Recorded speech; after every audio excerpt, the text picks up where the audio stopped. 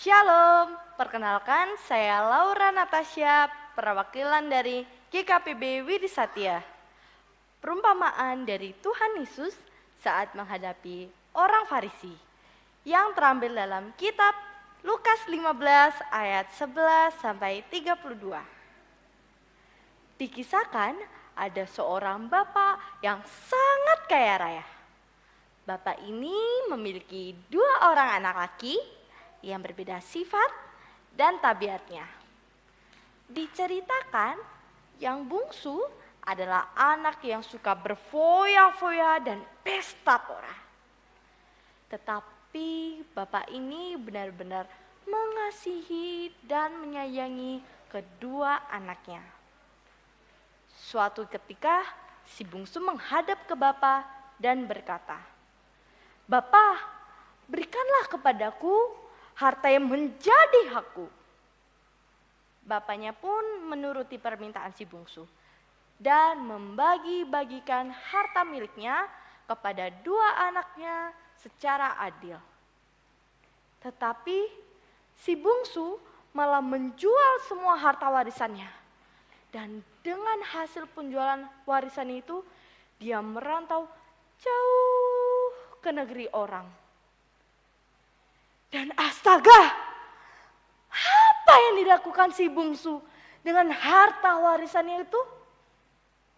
Dia menghambur-hamburkan harta warisannya dengan berfoya-foya dan pesta pora.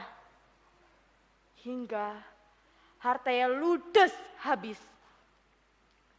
Lalu datanglah bencana kelaparan melanda negeri di mana si bungsu merantau. Si bungsu sudah sangat melarat. Dia mencari pekerjaan dan menemukan pekerjaan sebagai penjaga atau gembala babi. Saking laparnya si bungsu hingga sampai menyantap ampas makanan dari babi. Orang-orang yang mengetahui si bungsu menyantap ampas makanan babi tidak mau memberikan makanan yang layak kepada si bungsu. Tiba-tiba si bungsu pun menyadari keadaannya. Dia berpikir, "Bapak, betapa banyak orang upahan bapakku yang berlimpah-limpah makanannya. Tetapi aku di sini mati kelaparan. Aku harus bangkit dan pulang ke Bapak. Aku tidak layak disebut sebagai anak Bapak. Biarlah aku menjadi salah satu orang upahan Bapak. Aku telah berdosa terhadap Bapa dan sorga." Si bungsu pun bangkit dan pulang ke Bapa. Dari kejauhan, bapaknya sudah melihat anak yang dikasihinya datang menghampirinya. Bapaknya pun berlari menghampirinya dan memeluknya dengan penuh kasih. Si bungsu dengan rasa menyesal, dia berkata pada bapaknya, "Bapak, aku telah berdosa terhadap Bapa dan sorga. Aku tidak layak disebut sebagai anak Bapa." Tetapi ayah yang penuh kasih itu pun berkata kepada hambanya, "Lekas bawa kemari jubah terbaik, pakaikan itu pada anakku.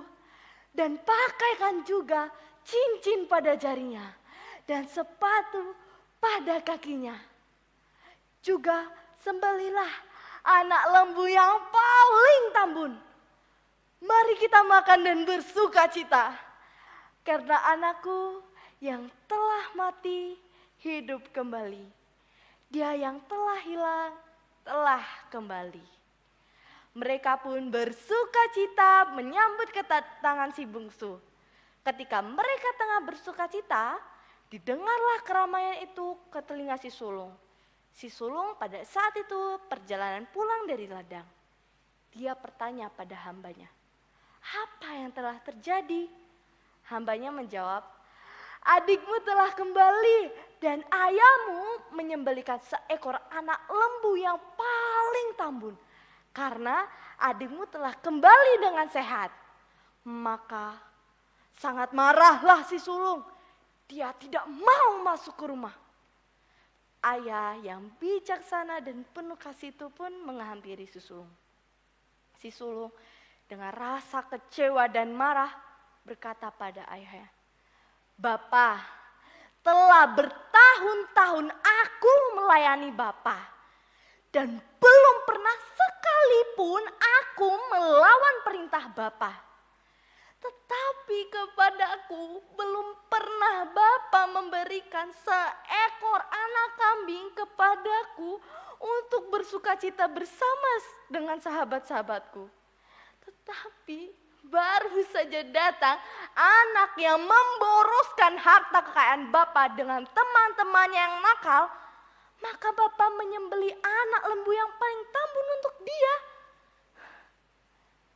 Ayah yang penuh kasih itu pun menjawab, "Anakku, engkau selalu bersama-sama dengan aku, dan segala kepunyaanmu adalah kepunyaanku. Kita patut bersuka cita menyambut kedatangan adikmu. Dia yang telah mati hidup kembali. Dia yang telah hilang didapat kembali." Amin. Perumpamaan dari anak yang hilang adalah orang tua, keluarga adalah tempat yang paling nyaman dan aman. So, jangan pernah sia-siakan kasih sayang mama papa ya.